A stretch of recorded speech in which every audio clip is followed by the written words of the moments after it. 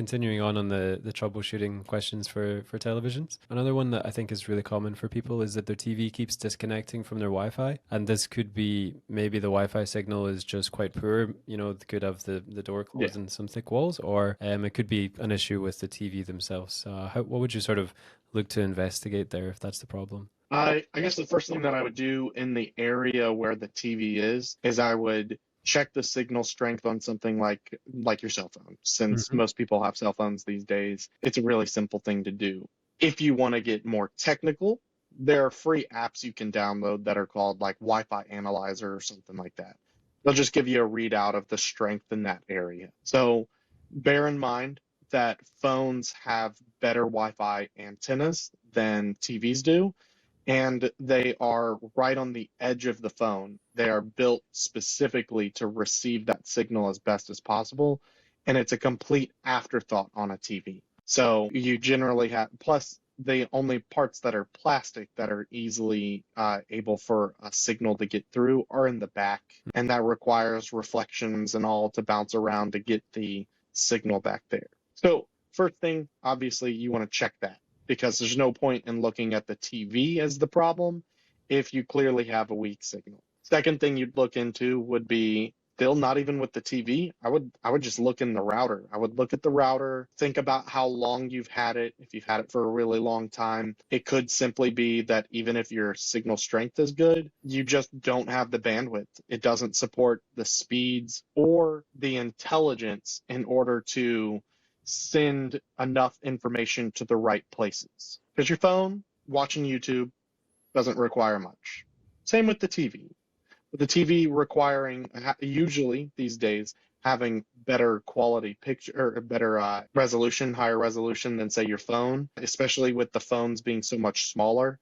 They prioritize signal strength and quantity over quality. But on the TV, it's going to definitely prioritize quality, which requires more information, faster speeds, at better timings. So take a look at that. Technology, especially with routers, has significantly changed for consumer products. So you can go back 5 years and buy something that is as good as like an original iPhone, which wouldn't really hold up these days. Hmm. It just doesn't have that processing power because we had significantly less devices back then. Hmm. And the more devices you have on a network, the more you're going to need to have a faster CPU, if you will, computer inside of the router, which is basically what a router is. And exactly what its name implies, it routes information. Got to be able to do that pretty easily, pretty effectively, and very quickly with how much information goes through these days. So check that out, see where you are with that. So you're checking the signal strength, you're checking the router for age and quality of the router. You might need to look at the model number and do a little Google search. See if it seems like maybe it's in the relative range for what should support the number of devices. You can look that stuff up online as well based on some information you can get from the router. You don't have to know exactly what everything means. Just take numbers and words and plug those back into Google as well and see if that kind of generally feels like it might be working well. If both of those things seem like they are all well and good, definitely time to check on the TV. If at any point you want to, you can always unplug the TV and plug it back in. That's a really great way to solve most hiccups because the TV does have some working memory. It's like going to sleep and waking back up. You feel rested, charged, and better ready to handle whatever problem you may have had yesterday. Now you can handle it better. Same with the TV. It's got to be able to do that stuff. So unplugging it, plugging it back in is always a good way. And then going beyond that, again, if the router seems to be all well and good in the area where you are, then go ahead and disconnect the Wi-Fi in the settings. So it depends on what kind of TV you have. You can look up different ways, the different menus and things, but it's typically in the settings under general or under network, or general then network, or however the layout is. Sometimes it's menus and menus and menus, unfortunately. But you can disconnect and reconnect. That can oftentimes create a stronger handshake. Maybe there were some issues with IP, which is Internet Protocol, Mhm. And so basically that's a lane on the highway. So if you get sent to the wrong lane and you're an HOV car and you're supposed to be in that faster lane, you want to be able to go faster. You're supposed to be in that place. So it's got to figure that out. And, routers aren't perfect. Again, older, lower end routers are going to have a hard time. And this can actually fix a lot of that too. Aside from that, you may be looking at if you continuously have problems of it disconnecting or poor quality, you may need to look into resetting the TV back to factory settings. And that would be the only real next step that you'd have before considering a part. And the part would most likely either be mainboard, which harbors a lot of different functions and features and stuff, oftentimes containing the part that processes Wi-Fi and picks up the Wi-Fi signal. But a lot of the times, it's actually a separate board, like what we talked about with the remote. It's usually a board similar to that, or even the same board as that one, where the Wi-Fi antennas are, since it's at the bottom of the TV typically, Mhm. or towards the side. They typically put it there so that it can just pick up the signal through the plastic rather than being surrounded or more closely to sensitive electronics and metal, which would impede that signal. That's usually pretty far off. You usually don't have to do that kind of thing. Sometimes I've certainly seen main boards, say on specifically Sony TVs, Mhm. where the Wi-Fi board was a separate board, but the main board had to be replaced to fix the issue because it was actually a kind of a brains issue rather than a connection issue. The board that did the basic work was perfectly fine, but the one that did complex things, it was just not doing what it was supposed to do correctly. That was on an older generation, but it did actually come up in two concurrent generations with Sony. I think the B series and the C series and the D series. So we've moved all the way back around to, I think we're at M now with Sony, or maybe we've Yeah. gone back to the beginning. But this would have been 2015, 2016, 2017, something like that. Yeah, they're really working their way through the alphabet there. Yeah, they Yeah. all are. The numbers in the alphabet, that's all that matters. Pretty much, yeah. But yeah, really good points. I think many people don't realize that a router, you sign up with the internet provider and you get sent this magical box that gives you the internet, but it's Yeah, actually, that's just their like default. It's like their stock sort of version, and that you can actually buy yeah. a much better router that'll have much stronger signal. And that Oh, may, significantly better. yeah. As for us around here, having worked in homes for so long, I Mhm. know the prices of all the competitors for ISPs around here. For me, where I am, you typically pay around 12 to 15, even upwards of $20 a month to rent the modem router combo. So it's a Right. modem and it's a router. And if you have fiber, you're only paying for the router part. So they provide you the modem because that's required Hmm. to make the thing work, period. Yeah, I mean, you can, at that price per year, you can certainly buy something that's easily 2 to 3, maybe even 4 times the quality Yeah. and speed, total number of devices that can be supported. The big question that you may have when you're looking at this stuff and trying to determine whether it is correct or not is commercialized theoretical numbers. Every big business wants the biggest numbers because big numbers sell more easily. Hmm. When I see bigger numbers, I just think that's better. I know cars pretty well, but I don't know them that well, and I'd have to do a lot of research to figure it out. If they just marketed one car as having way more horsepower than another, I would still have to assume that probably is a faster, quicker car, Hmm. even though it depends on the powertrain, transmission, how everything is timed. You really just don't have the big picture there. And depending on where you are, how it is, there's a lot of factors that play into that stuff. Same with electronics.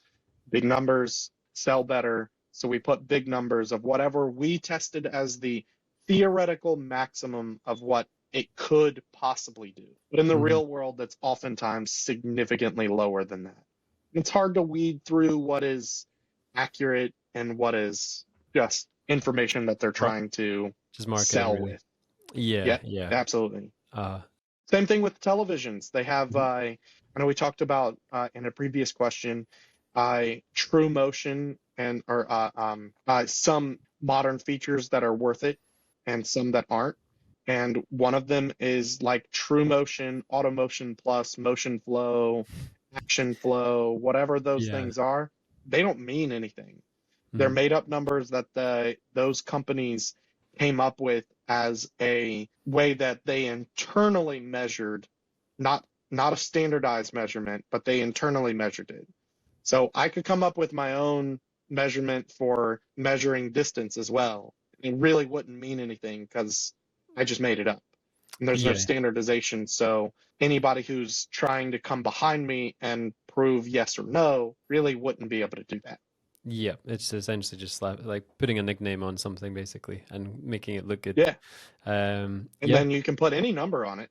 Yeah, pretty much. Yeah, I can call my TV plus 25,000. Yeah. It doesn't really Doesn't mean anything. exactly, yeah. But yeah, I guess sort of winding it back, I guess if you've got a newer TV, the last few years you've paid, 1,000 plus bucks for it, and you're wondering why it's not working with your router, which may still sort of be hanging on from the 90s, the early 2000s, something like that. It Yeah, may just be that, you want the two devices to be from the same time period, and yeah, again, absolutely. yeah, a router upgrade can be a real difference maker. And I don't know, personally, I'm a big fan of power line adapters as well. I don't know if they, with TVs, I've never really used one, but I imagine if you have an Ethernet slot and it's a Wi-Fi signal issue, you could use that just to sort of cover, plug in directly to the router through your power network. Yeah, that's called EOP, EOP. Ethernet over Power. Right. And you have PoE, which is the opposite, Power over Ethernet, which is how you power a lot of these. Some routers get powered that way, where you just plug in an Ethernet, no need for a power cord or anything like that. And a lot of the companies around here, ISPs, also offer like security systems and all. And you may find that the cameras that they offer are PoE. And what you're talking about, EOP, is really great. The one thing that you have to bear in mind before investing into that is look at how many electrical panels you have in your house. Yeah. So here in the States, there are a lot of older houses, but a lot of older houses that have had add-ons. And anytime you have an add-on, you usually have a sub panel, especially on an older house, because the original panel, unless you paid to have that updated, they probably just slapped on a sub panel because it was cheaper Yeah. to do that and more time effective to just run some lines out of the original panel and into the new one. And that unfortunately won't work. Hmm. You cannot go between two different Like electrical circuits. grids. Yeah. So Makes sense. same thing trying to hop off your neighbor's internet. Wouldn't quite work. Yeah. It does feedback at some point to the same place, Hmm. but it'll never figure its way back to you. Yeah, makes sense. And then I guess last one on the routers and Wi-Fi issues, maybe with modern routers, but also considering older ones, how much of an issue can it be just having too many devices? So say you've got your TV, your phone, your kid's phone, maybe a laptop or two. And you essentially just, one thing connects and one thing gets kicked off. Is that a common occurrence? It's possible routers, since really the standardization of routers and getting Wi-Fi into homes became the normal. I mean, you go back to, I believe, in between 1998 and 2002, I believe, is when the IEEE, which is a foundation that does this stuff and creates these standards for internet protocols and all, they created A and B. So that would be 801.11, sorry, 802.11A and B. So you may see that on a router Mm-hmm. that it says it's an A type, a B type, G, N, AC, AX. Now we have AXE kind of, Yeah. which is we don't have a new generation, but effectively A and B were released at the same time. They communicate over two separate frequencies, Mm-hmm.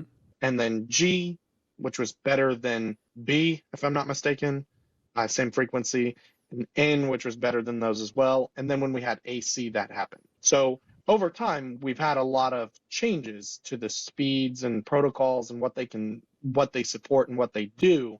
But obviously, we've had a mass increase in the number of devices that connect. The good news is that that IP that can assign lanes on the highway for your devices can assign up to, theoretically, 254 to one set of to that one router. So that one router can assign 254 different devices Jeez. an IP address. Will it do it well? No. I mean, you can go back to the early ones. They could technically do it because that's a range of addresses or lanes that they can support, but they just didn't have the power, the brains in order to do that. Imagine going back in time and pulling a traffic cop from the early days of streets, roads, and cars. You really wouldn't have them being able to guide LA traffic provided a street light went down, you know? Yeah, Like yeah. they just couldn't even fathom that number of cars on the road to be able to support how fast they need to go and when they need to go, when they don't need to go. It takes time. It takes a lot of thought in order to make that work correctly. And again, with extra speed, that would be like having a traffic cop on the interstate. You could imagine you'd have to be really fast to be able to figure out what lane they Yeah. need to get into. And or if this is this analogy here, you've got to direct traffic on and off as well. Figure out where they're going. You're the GPS, you're the traffic guide, you're all of it. Everything, yeah. And it's got to do all that stuff in a really quick amount of time. So you need a lot smarter of a device. Yeah. And genuinely, you can go back 10 to 15 years and buy a phone that has faster processing than a lot of modern routers. Really? Wow. Especially before about 3 to 4 years ago, when smart home devices became normalized. Doorbells with cameras, your sensors that have like door sensors, your Google Assistant or Alexa or whatever you've got. Sorry, Alexa for anybody that went off for. Yeah.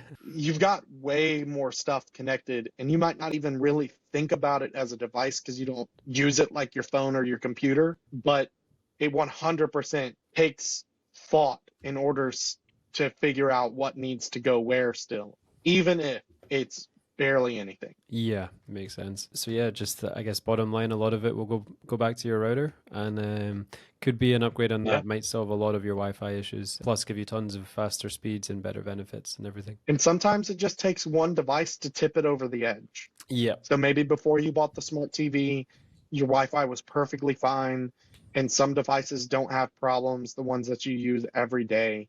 And then you get that TV, and it seems like, well, this is the only one that has a problem. It must be the TV. Usually it's not. It is usually on the router, unfortunately.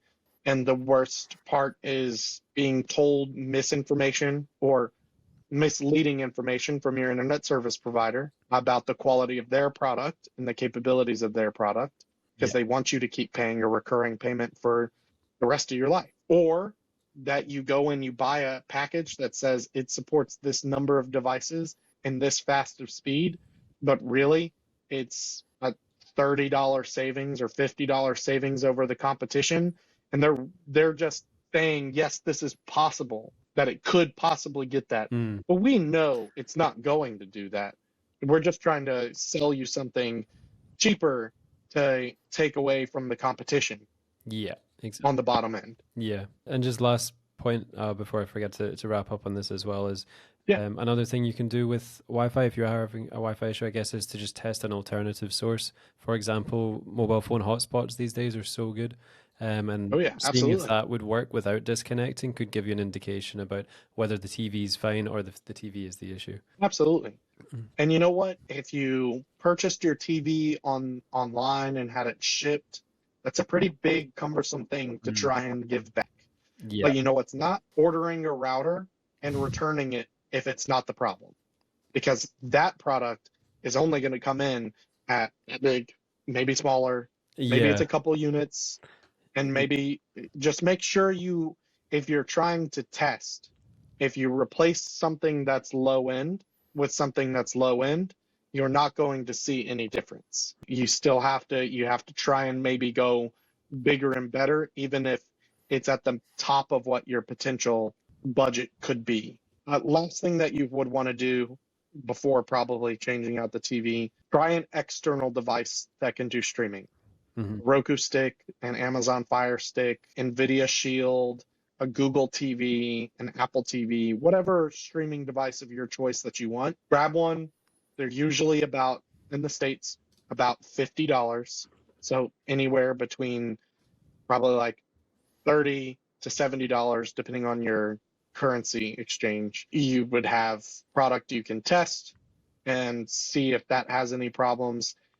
And realistically, they usually have way better quality for features, speed, functionality, and overall quality. Hmm. They oftentimes output a better video quality, even though they're external, than the TV does with its internal stuff.